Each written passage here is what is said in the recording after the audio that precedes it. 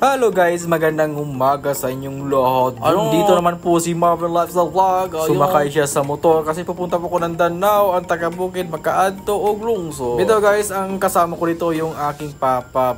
Bali pa, nagpahatid pa ako kay papa doon sa Simangan. Doon ako mag-abang ng bus papunta doon sa Danao City. Kinig yung taga-bukid ta guys, muadto gid tag lungsod kanunay. Ay hindi pala siya lungsod guys, syudad pala siya guys kasi city. Yun lang. Dito guys, kamusta po kayong lahat? Welcome po sa ating pagbablog po. Samahan niyo po ako sa aking biyahe. Tani og DG sa radyo. Dito guys, sinaot ko guys na umaabot na eleksyon. Botare ko ninyo. Saba kay among hero diri guys. Senior nag-aw-aw. Isod kayo ning mag-voice over tadaghang mga ito guys. So, pupunta pa ako ng Danao City kasi meron pa akong importanteng bilhin. So kaya samahan niyo ako sa aking biyahe.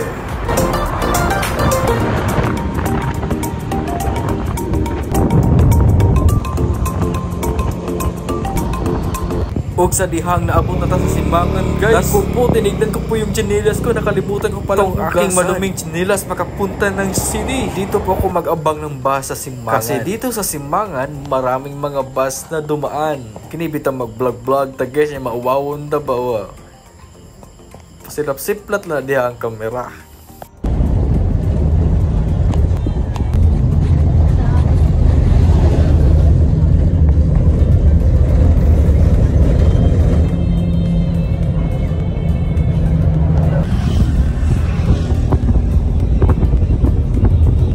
Grabe, sobrang ganda ng background music ko guys. Tapos ganito yung tanawin. Naku po, maka-relax eh.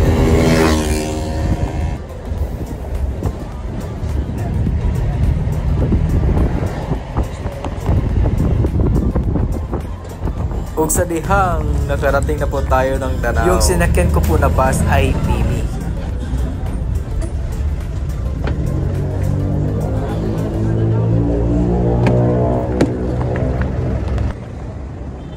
Abot ako Danao.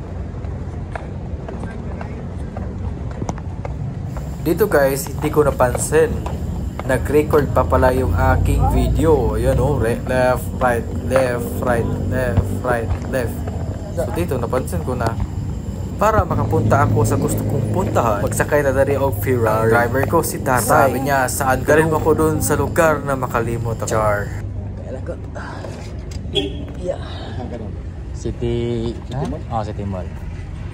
Let's go! Ride!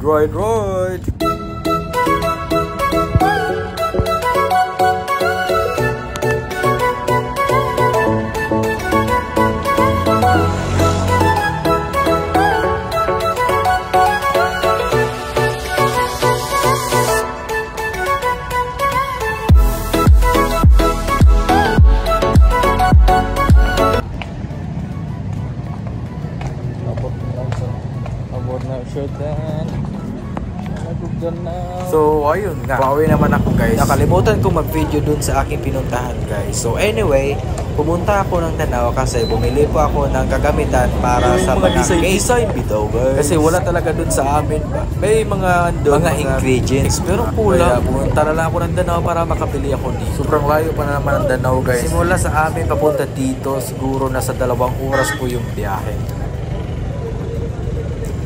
Pagdating ko sa bahay namin, pumunta ako sa dragon fruits kasi yung isang bulaklak ng dragon fruits ay namatay. So yung dragon fruit ko pala guys, 2 po yung namumulaklak. Hopefully na mabunga ito, matuloy yung kanilang bulaklak para magkaroon din ng bunga dito sa baba ng bahay. Kasi dun sa bundok, napakarami pong bunga. So ngayon naman guys, itong kamuting kahoy yung aking kunin. Kasi yun nga, magawa ako ng kasama. Dahil dito, nahirapan ako sa kalisod kunin. Kasi napakaan talaga niya guys. Hirap kunin. Grabe ang tigas.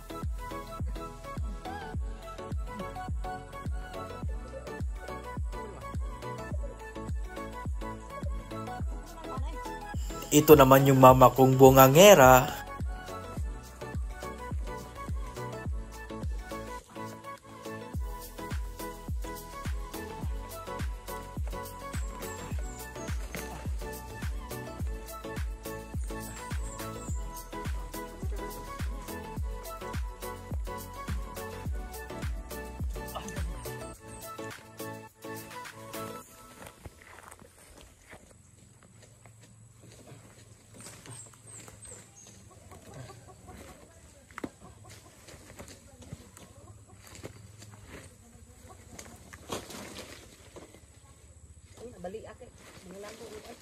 Ayun o, bungangira talaga yung mama ko guys. Sabi niya, huwag mong putulin, baka magkaroon ng itim-itim yung kamuting kahoy. Maglagom-lagom bitaw guys. Pero itong kamuting kahoy guys, sobrang daming laman. Iba talaga ako magtanim.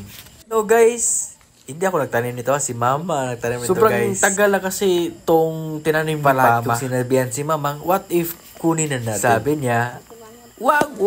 Pero ngayon, ako na ang boss ng bahay. Bitaw guys, ngayon balik kunin ko na to kasi magawa kami ng kasaba cake. At palagi na din kinakain po ng kambing itong mga dahon. So kaya ngayong hapon na pagdesisyonan ko na kunin na natin kasi magawa tayo ng kasaba cake. Tinanim ko to guys. Tinanim. Wah, kana eh.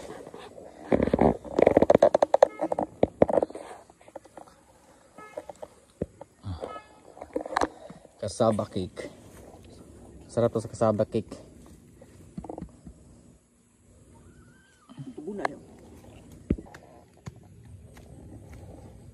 Grabe. Sobrang tagal na nito guys ba. Palagi pa tong kinakain ng kambing. Daming laman. Saan siya? Puti na siya ma? Yellow na. Yellow pala siya guys. Ito yung maganda sa kasaba cake. Yellow.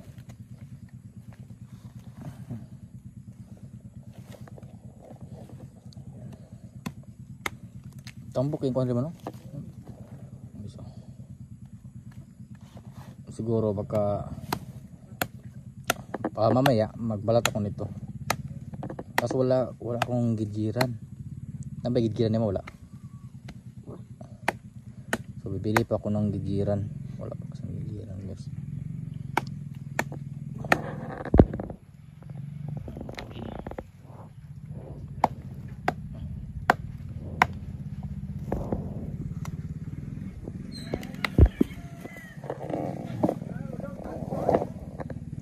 Imong kasaba cake.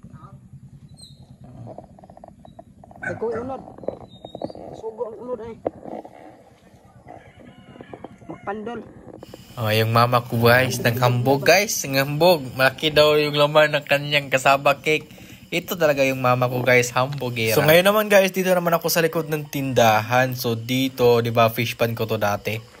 So ngayon, bali, dinimulis ko yung fish pan ko dito sa likod. Magpa-extend ako sa tindahan. Kasi guys, wala nang matulugan si mama. Dati ako yung matulog sa tindahan. Kaso hindi na ako magkasya sa tindahan. Kaya si mama na ang pumalit. Tapos nagdagdag ako ng feeds. Hindi na magkasya si mama. Kaya nag-decide na ako guys na pa-extendan. Magpa-extend sa tindahan.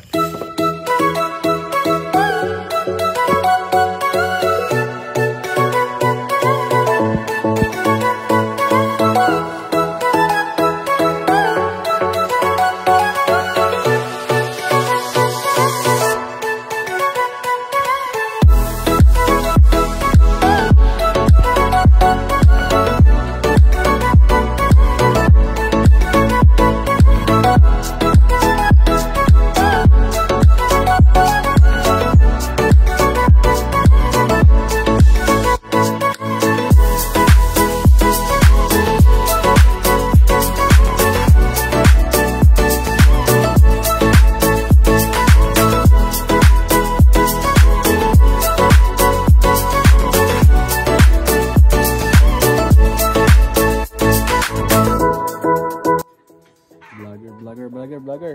Hello guys, so ngayon bali pinagawa ko ulit yung harap ng bahay guys. So pinalagyan ko lang po ng screen kasi parang masikip tignan yung tindahan ba. So kaya naisipan ko i-screen ko kaya yung harap para hindi siya masyadong masikip. Buti naman may welder po tayong na-hire, si Papa Roder.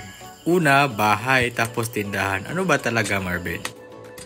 Hindi muna namin tinapos kasi pupunta po kami sa kabilang bundok para merong tignang biik kasi gusto ko pong mag-anay ulit. So ito po yung aming paliguan dati. Ito ay tinatawag na linaw. Ayan. So ang meaning po ng linaw ay yung tubig sobrang linaw. Diba? Ang tinatawag siya na linaw. So ngayon, paliguin si Brownie. Si Brownie.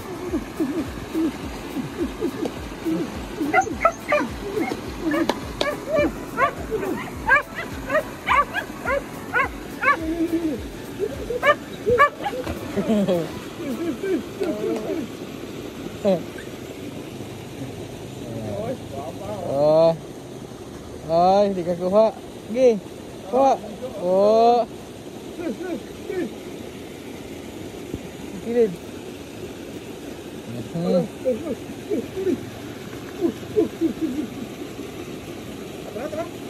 Tara. Apo na. Yan, dami talaga naming aso, guys. Gamit talaga yung aso dito sa amin, lalo na probinsya yung sa amin. Sobrang tahimik. Walang masyadong tao. So gamit talaga yung aso. Tara, Bruni. Go.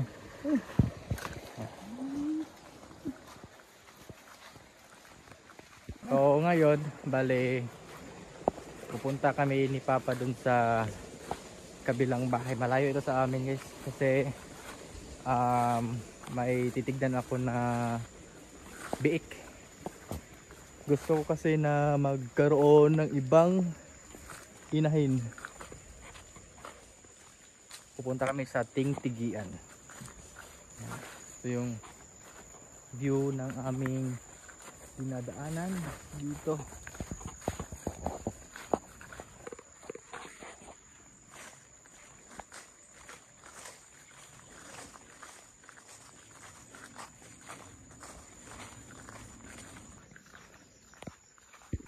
Grabe guys, namangha ako dito sa saging kasi tignan nyo naman. 2 bulig po yung saging guys. Oh, tignan nyo. Isang puno ng saging tapos 2 bulig. Kakaiba to ah.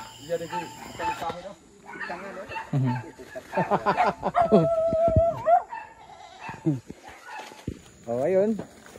Nagkapunta na kami dun sa guys, sa may-ari ng biik, kaso nabili na pala yung biik na yun.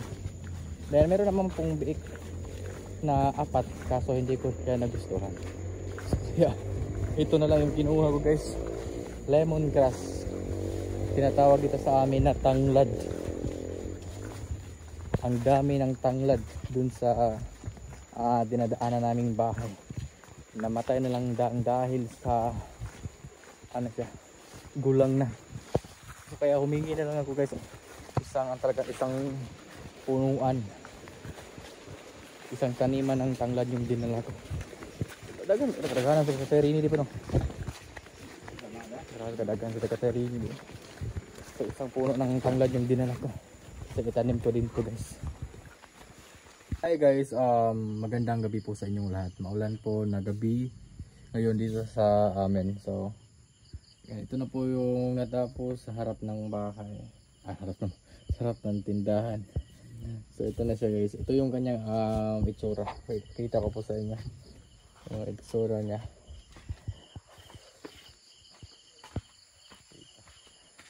Diba? Matiwasay na sa tignan. Ito siya. Yan. Ito na. Para talaga makita yung mga paninda. Kasi nung unang tindahan, medyo hindi siya makita. Parang nasikipan ako sa loob. So kaya ayan, naka-idea ako na what if ipa-screen ko na lang dito sa harap ng tindahan para arrange din yung andito yung mga paninda. Dito is yung mga alak, then mga canned goods, and then itlog, tindang itlog, and yung mga chichira, candies, mga tinapay. Dito yung mga kape, then dito naman sa side na to ay yung mga pagkain po ng mga baboy, baka, manok, and then pagkain din ng tao.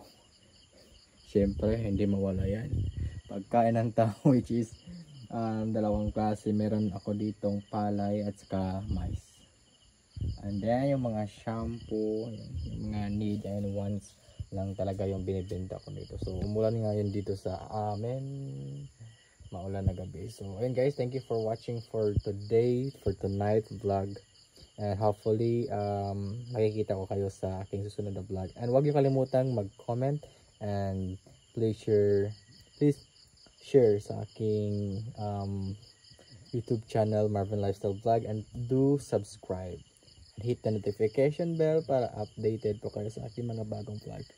So that's it. Kita-kits sa next vlog guys. Bye bye.